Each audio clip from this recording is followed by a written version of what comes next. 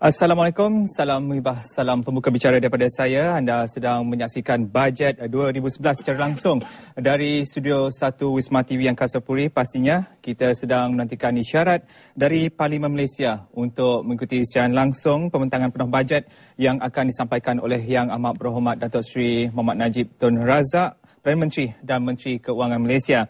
Jadi saudara, sebenarnya pelbagai pandangan telah pun dilontarkan, khususnya apabila Yang Amat Berhormat Perdana Menteri mengemukakan tentang satumalaysia.com.my sebagai wahana untuk memberikan pandangan dan idea sumbangsaran. Menariknya kerana kebanyakan masa menginginkan isu bonus khusus bagi kaki tangan awam untuk dibicarakan, dan menariknya juga sebenarnya kita memahami realiti ekonomi semasa negara yang mencabar disebabkan kedudukan ekonomi global pada masa ini. Jadi ini adalah satu landscape ekonomi yang menarik untuk kita bicarakan, dan bagaimana agaknya kita nak melihat cabaran pada masa hadapan perlu ditangani, dan bajet adalah merupakan satu instrumen dasar yang mempengaruhi perjalanan masa depan. Jadi namun semalam Yang Amat Berhormat Perdana Menteri telah pun menjelaskan bajet 2011 yang akan dibentangkan ketika nanti mengambil kira pandangan rakyat, kerana sebahagian besar intipatinya adalah cadangan dan pandangan orang ramai mana yang dipaparkan dalam laman sesawang www.satumalaysia.com.my. InsyaAllah dari semasa ke semasa juga saya akan kongsikan mengenai apa harapan yang diharapkan oleh rakyat Malaysia berhubung bajet 2011 ini.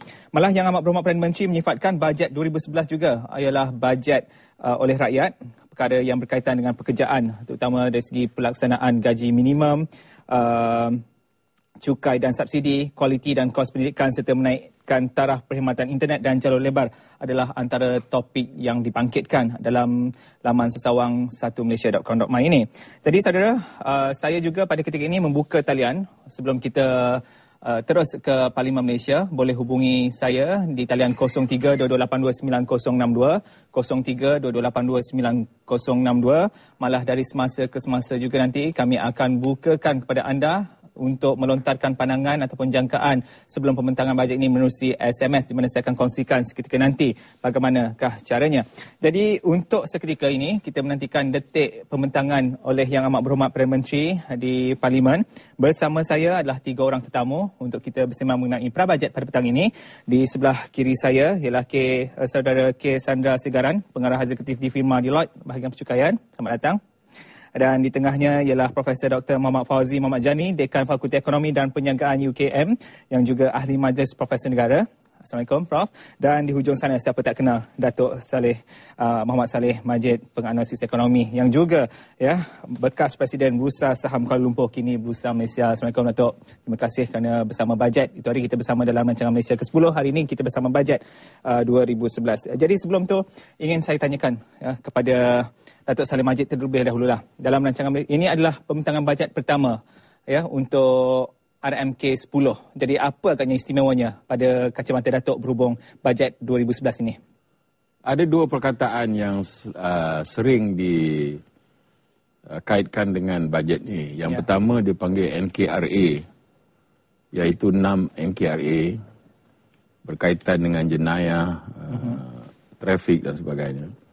Yang kedua dia berkaitan dengan NKEA, ataupun ekonomi utama, Badan Ekonomi Utama yang 12. Dan kita tahu, kita telah diberitahu bahawa pihak pemandu telah menghasilkan 131 entry point projek kemasukan, dan juga 60 peluang-peluang perniagaan. Jadi saya rasa di dalam bajet ini kemungkinan sebahagian daripada NKA ini akan disentuh, sama ada dari segi peruntukan ataupun pelaksanaan. Okey, itu dari pendapat Datuk Saleh Majid berhubung bajet 2011, bajet pertama dalam rancangan Malaysia ke-10. Bagaimana pula dengan Prof? Saya rasakan ini adalah permulaan yang penting. Terutama sekali kita telah dapat keluar daripada kemelesetan 2009 dan kita berada pada keadaan ekonomi yang positif, yang menunjukkan perkembangan.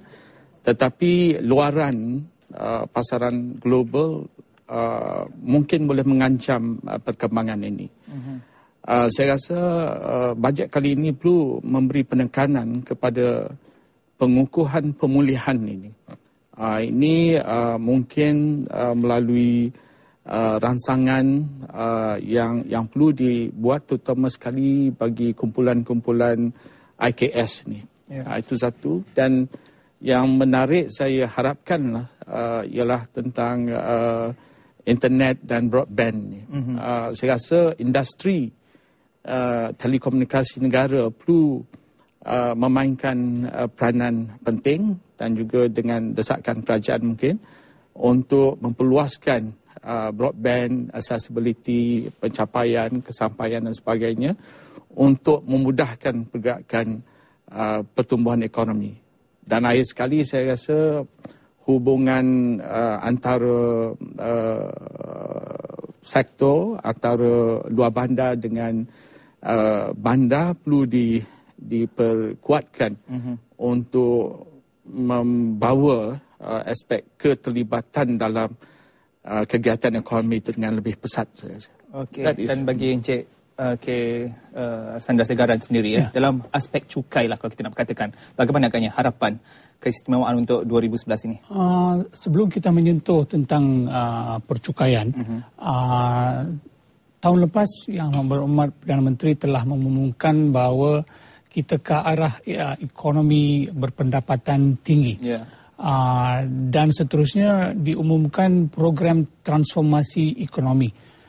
Jadi pada kali ini saya berharapkan bahawa rancangan kerajaan untuk melangkah lagi tentang ke arah ekonomi berpendapatan tinggi. Kalau tahun lepas kita mengambil langkah bayi, kali ini mungkin dengan rancangan ataupun program transformasi ekonomi, proses ke arah ekonomi berpendapatan tinggi akan bermula, dan pada kali ini kemungkinan ada insentif untuk sektor-sektor atau industri yang tertentu untuk menjayakan program transformasi ini. Ya, okey. Jadi itu dia saudara, mukadimah daripada ahli panel kita yang berada di Studio 1 pada petang ini untuk kita sama-sama selepas ini yang membicarakan mengenai pembentangan bajet yang akan disebenarkan oleh Yang Amat Berhormat Perdana Menteri di Parlimen seketika nanti. Dan bagi anda jika mempunyai jangkaan dan ingin bercakap bersama ahli panel saya mengalurkan anda untuk menghubungi talian 03-2282-9062, 03-2282-9062. Jadi saudara, sebelum kita nak ke Parlimen, apa kata kita kongsikan pula bingkisan yang sempat kami rakamkan ini berhubung harapan orang ramai berhubung dengan bajet dan juga daripada MIDF mengenai jangkaan khususnya dalam aspek perindustrian negara. Kita saksikan.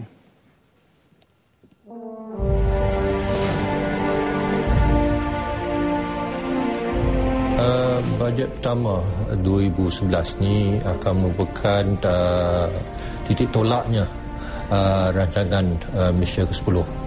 Jadi ia akan membina landasan awal kepada program modal ekonomi baru kita.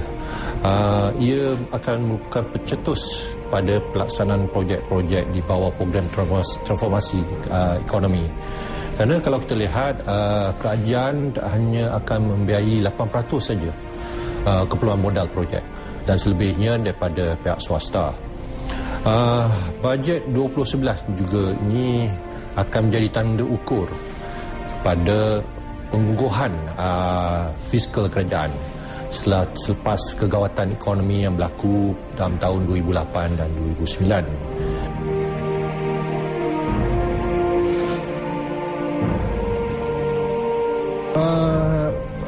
Pada fikiran kami, penekanan akan diberikan pada kali ini pada pelaburan langsung domestik DDI.